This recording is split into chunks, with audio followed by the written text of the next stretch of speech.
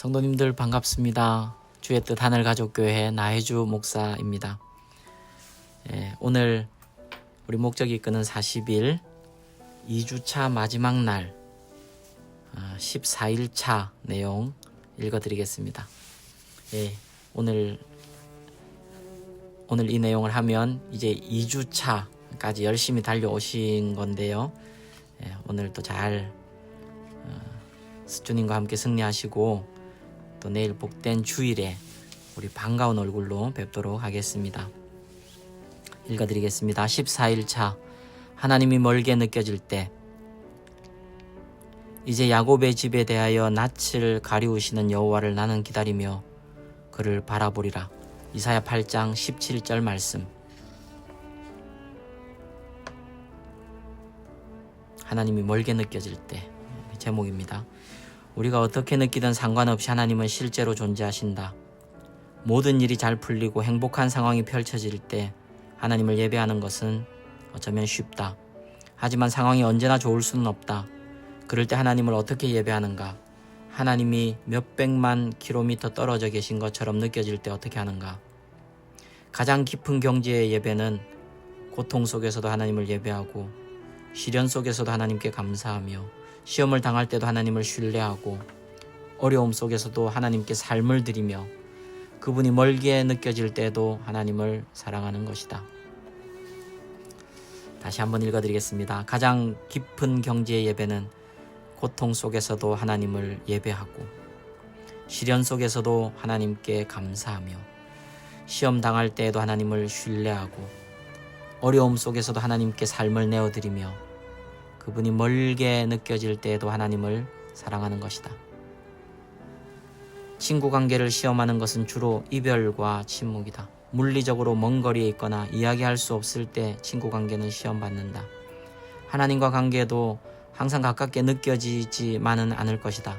필립 얀시는 모든 관계에 가까워지는 시기와 멀어지는 시기가 있듯이 하나님과의 관계도 마찬가지다. 아무리 친밀한 관계라도 추는 항상 한쪽에서 다른 한쪽으로 움직인다고 지적했다. 바로 그때가 예배드리기 어려운 시기다. 그 관계가 더욱 성숙해지기 위해서 하나님은 멀어진 것 같은 시기, 즉 하나님이 우리를 버리셨거나 우리를 잊으셨다고 생각되는 때를 통해 시험하실 것이다. 하나님은 백만 킬로미터 떨어져 있는 것 같이 느끼신다. 십자가의 성 요한은 영적인 메마름, 의심, 그리고 하나님과 멀어진 시대를 영혼의 어두운 밤이라고 표현했다. 헨리 나우에는 부재의 사역이라고 표현했다. 그러니까 이것도 하나님의 미니스트리라는 거예요. The Ministry of Absence, 부재의 사역. A.W. 토우저는 밤의 사역이라고 했으며 또 다른 사람은 마음의 겨울이라고도 했다. 예수님 외에 다윗보다 하나님과 더 가까운 관계를 유지한 사람은 아마 없을 것이다. 하나님은 그를 내 마음에 합한 사람이라고 기꺼이 부르실 정도였지만 다윗은 종종 하나님의 부재에 불만을 표하곤 했다. 여호와여 어찌 멀리 서시며 어찌하여 환난 때 숨으시나이까. 시편 1절. 내 하나님이여 내 하나님이여 어찌하여 나를 버리셨나이까. 어찌 나를 멀리하여 돕지 아니하시옵고 내 신음소리를 듣지 아니하시나이까. 시편 22편 1절. 어찌하여 나를 버리셨나이까. 시편 43편 2절. 물론 하나님은 다윗을 떠나지 않으셨고 또한 우리를 떠나지 않으신다. 하나님은 계속해서 나는 너를 떠나거나 버리지 않을 것이다. 신명기, 시편, 요한복음, 히브리서에서 약속하고 계시지만 내가 항상 나의 임재를 느낄 것이다 라고 약속하지는 않으셨다. 실은 하나님 자신도 때로는 우리에게서 얼굴을 숨기신다는 사실을 인정한다. 욥기 23장.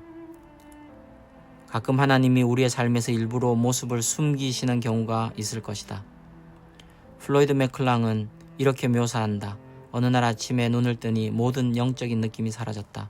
기도하지만 아무 일도 일어나지 않는다. 악마를 꾸짖지만 아무 변화도 일어나지 않는다. 영적인 행동을 한다. 친구의 기도를 부탁하거나 생각할 수 있는 모든 죄를 고백하고 모든 사람들에게 용서를 구하고 다닌다. 그리고 금식을 한다. 하지만 여전히 아무 일도 일어나지 않는다. 이 영적인 슬럼프가 얼마나 오래 갈지 궁금해지기 시작한다. 며칠, 몇 주, 몇 달, 끝은 날까? 마치 기도가 천장에서 튕겨져 떨어지는 것 같다. 절망 속에서 우리는 도대체 내 문제가 무엇인가 라고 소리친다. 사실 우리에게는 아무 문제가 없다. 그것은 하나님과의 관계에 있어서 아주 정상적으로 일어나는 시험과 성숙을 위한 과정의 일부일 뿐이다. 다시요. 그것은 하나님과의 관계에 있어서 아주 정상적으로 일어나는 시험과 성숙을 위한 과정의 일부일 뿐이다. 모든 크리스찬은 최소 한 번씩, 그리고 보통은 여러 번 이런 과정을 겪게 된다. 고통스럽고 당황스럽지만 우리의 믿음이 발전하기 위해서 꼭 필요한 과정이다. 욥은 이 사실을 알고 삶의 하나님의 임재를 느끼지 못할 때에도 다음의 말씀과 같이 소망을 가졌다. 그런데 내가 앞으로 가도 그가 아니 계시고 뒤로 가도 보이지 아니하시며 그가 왼편에서 일하시나 내가 만날 수 없고 그가 오른편으로 돌이키시나 배울 수 없구나. 나의 가는 길을 오직 그가 아시나니 그가 나를 단련하신 후에는 내가 정금같이 나오리라. 아멘. 욥기 23장 8절에서 10절입니다. 이 구절은 저도 지금 또 새롭네요. 이 구절이 이어 있는 것을 제가 좀 간과했던 것 같아요. 하나님을 배울 수 없구나. 하나님 만날 수 없구나. 바로 이어진 구절에서 나의 가는 길을 오직 그가 아시나니 그가 나를 단련하신 후에는 내가 정금같이 나오리라. 이 고백이 이어진 고백이네요. 하나님이 멀게 느껴질 때 우리는 하나님이 우리에게 화가 나셨다고 느끼거나 우리가 죄로 인해 벌을 받고 있다고 느낄 수 있다. 사실 죄로 인해 하나님과의 친밀한 관계가 끊어지기도 한다.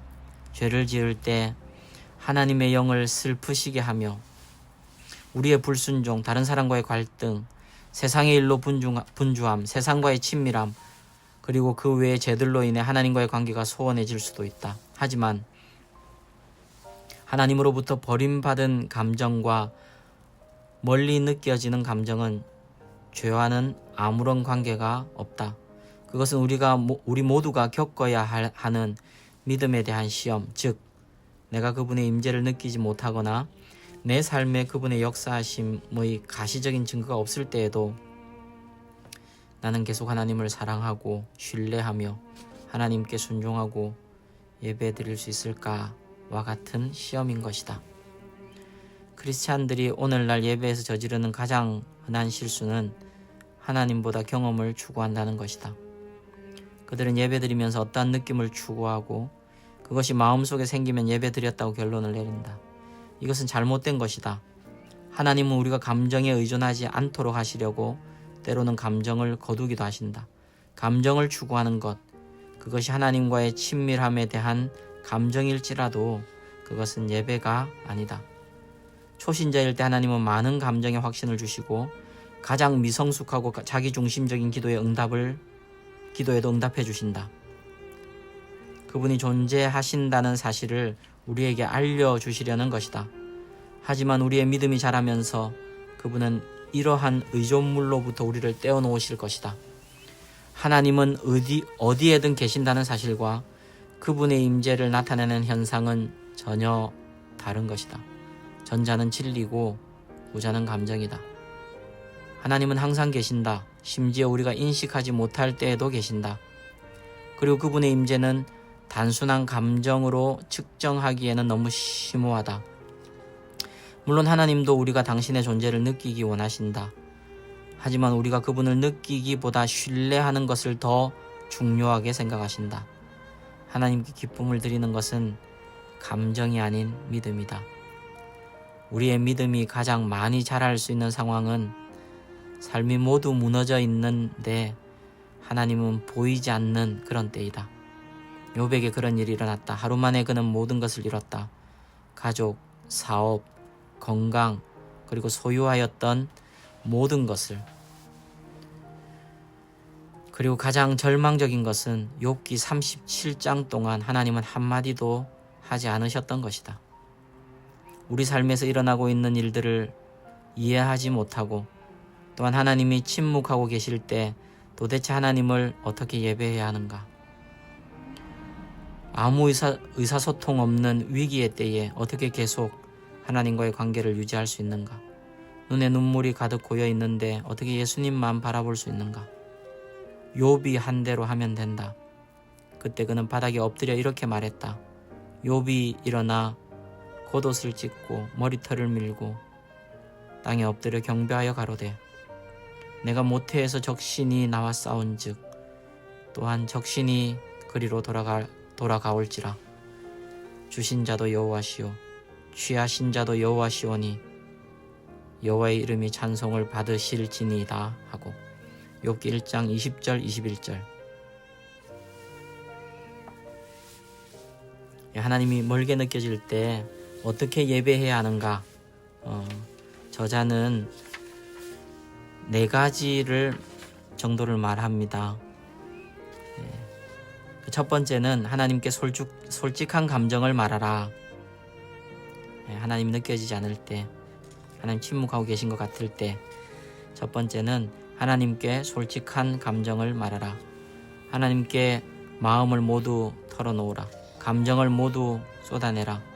하나님은 우리의 의심, 분노, 두려움, 슬픔, 혼란, 그리고 궁금증들을 모두 감당하실 수 있기 때문이다. 욥은 이렇게 표현했다. 저는 조용히 있을 수 없습니다. 저는 화가 났고 붕괴하고 있습니다. 말을 해야겠습니다. 욥기 7장 11절. 그는 하나님이 멀리 계신다고 느꼈을 때 내 인생에 있어 최고의 시절, 하나님과의 우정이 내 집안을 축복했던 그날이 돌아올 수 있었으면 이라고 외쳤다.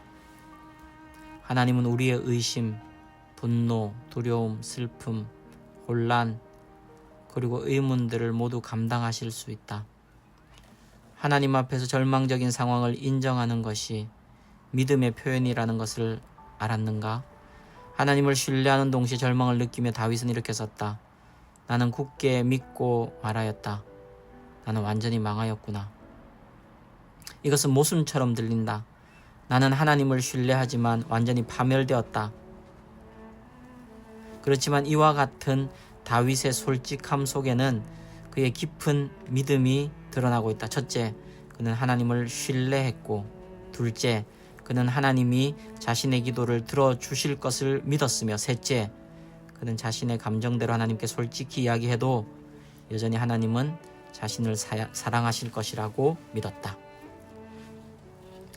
두 번째, 하나님 침묵하고 계신 것 같을 때, 하나님 멀게 느껴질 때, 두 번째, 하나님이 어떤 분이신지에 초점을 맞추라. 그분은 한결같으신 분이다. 상황과 감정에 상관없이 하나님의 변하지 않는 특성에 매달리라. 우리가 알고 있는 하나님에 대한 불변의 진리들을 머릿속에 떠올리라. 그분은 좋으신 하나님이시다. 그분은 나를 사랑하신다. 나와 함께 하신다. 내가 겪고 있는 일들을 아신다. 나를 돌보신다. 그리고 그분은 나의 삶에 대해 멋진 계획을 가지고 계신다. 레이몬드 에드맨은 이렇게 말한다. 하나님이 빛 가운데 하신 말씀에 대해 어둠 속에서 의심하지 말라. 욥의 경우 그의 삶이 하나하나 망가져가고 있을 때 하나님은 침묵하셨다. 그러나 그때에도 욥은 여전히 하나님께 찬양 드릴 수 있는 이유들을 발견했다. 하나님이 어떤 분이신지 초점을 맞췄다는 뜻이죠. 그분은 선하시며 사랑이 많으신 하나님이시다. 욥기 10장. 그분은 전능하시다. 37장, 42장.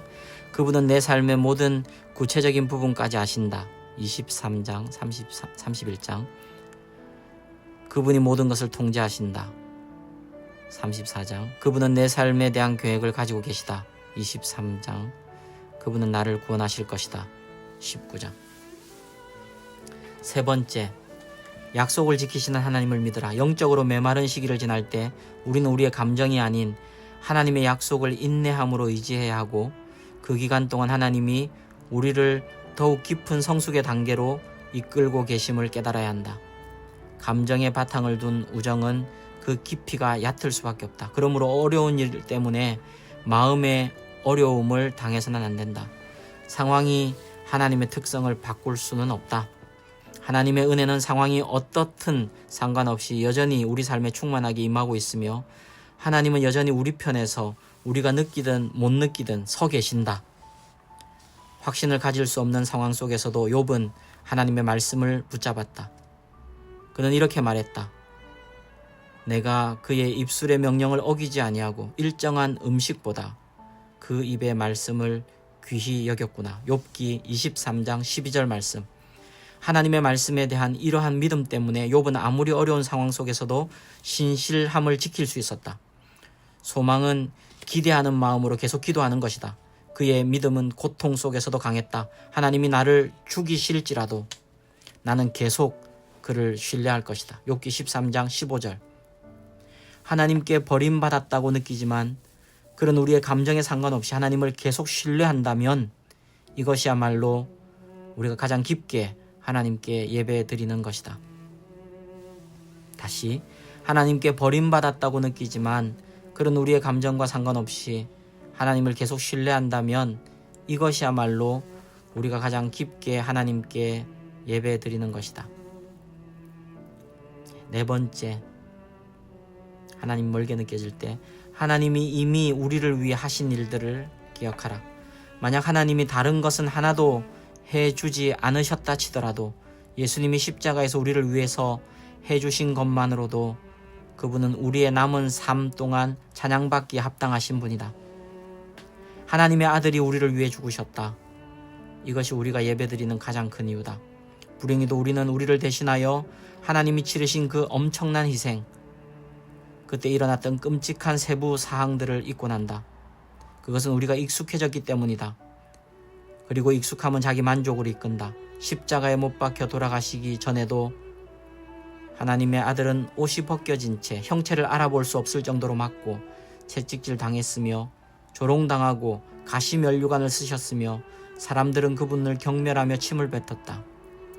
잔인한 인간들에게 학대받고 조롱당했으며 동물만도 못한 취급을 받으셨다. 그때 피를 너무 많이 쏟아 의식을 거의 잃은 채로 그분은 힘겨운 십자가를 지고 언덕을 올라가서 십자가 위에서 못 박히고 십자가 처형 중 가장 참기 힘든 죽음의 고문 과정, 즉 천천히 죽도록 방치되셨다. 그분의 피가 흐르고 있을 때 야유하던 사람들이 모욕적인 말을 하고 고통을 비웃으며 그가 진정 하나님이냐고 조롱했다. 예수님이 모든 인류의 죄를 짊어지시는 동안 하나님은 그 추한 광경에서 눈을 떼셨고 예수님은 절망 속에서 이렇게 외치셨다. 나의 하나님이시여 왜 나를 버리시나이까. 예수님은 스스로를 구원하실 수도 있었지만 그랬다면 우리를 구원하실 수 없었을 것이다. 인간의 말로는 그 순간의 암울함을 표현할 수가 없다. 왜 하나님은 예수님이 그렇게 무시무시하고 악한 학대를 당하게 두셨을까? 왜일까? 바로 우리가 영생을 지옥에서 보내지 않도록 하기 위해서, 그래서 우리가 그분의 영광을 영원히 함께 누리게 하기 위해서다. 성경은 이렇게 말한다. 그리스도는 죄가 없으셨지만 우리가 하나님과 연합하여 그의 의로움을 함께 나눌 수 있도록 하기 위해서 하나님은 예수님에게 그 죄값을 대신 치르게 하셨다. 고린도후서 5장 21절 TV 번역. 예수님은 우리가 모든 것을 갖게 하시려고 모든 것을 버리셨다. 그분이 죽으심으로 우리는 영원히 살 수 있게 되었다. 그 사실 하나만으로도 우리는 하나님께 감사해야 하며 찬양해야 한다.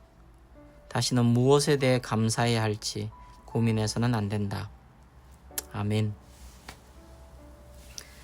이 하나님이 멀게 느껴질 때 이 내용은 참 은혜가 또 되는 동시에 우리가 그렇게 하나님 멀게 느껴질 때 이렇게 하지 못한 것에 대한 또 무거운 마음도 있습니다. 저도 그렇습니다. 그런데 이 내용을 읽고 또 우리가 마음에 새기며 우리 한 가지라도 또 우리의 고통 가운데 이런 믿음을 드러내고 하나님을 예배하는 점점 자라가는 저와 여러분이 되어지기를 간절히 기도합니다. 요약 박스 읽어드리겠습니다. 14일차 내 삶의 목적에 대하여 생각할 점. 내가 어떻게 느끼든 하나님은 실제로 존재하신다. 외울 말씀. 내가 과연 너희를 버리지 아니하고 과연 너희를 떠나지 아니하리라. 히브리서 13장 5절. 삶으로 떠나는 질문. 하나님이 멀리 계신 것처럼 느껴질 때 어떻게 하면 그분이 계시다는 사실에 초점을 맞출 수 있을까? 여기까지 2주차 를 마쳤습니다. 제가 이 책을 읽어드리면서 또 사도행전도 읽어드리면서 저는 한 주 먼저 이 내용들을 하고 있거든요. 그래서 또 저도 최선을 다하지만 우리 성도님들 생각해보면 직장 다니면서 정말 시간 쪼개어서 우리 주부들도 정말로 이 많은 일들 중에 시간을 쪼개어서 하는 일인데 그 수고를 주님이 아시고 저도 압니다. 그 시간 쪼갠 시간 안에 하나님께서 또 공평하게 더 큰 은혜를 주실 줄 믿습니다. 오늘 토요일 승리하시고요. 내일 주일에 반가운 얼굴로 뵙겠습니다. 여러분 사랑합니다.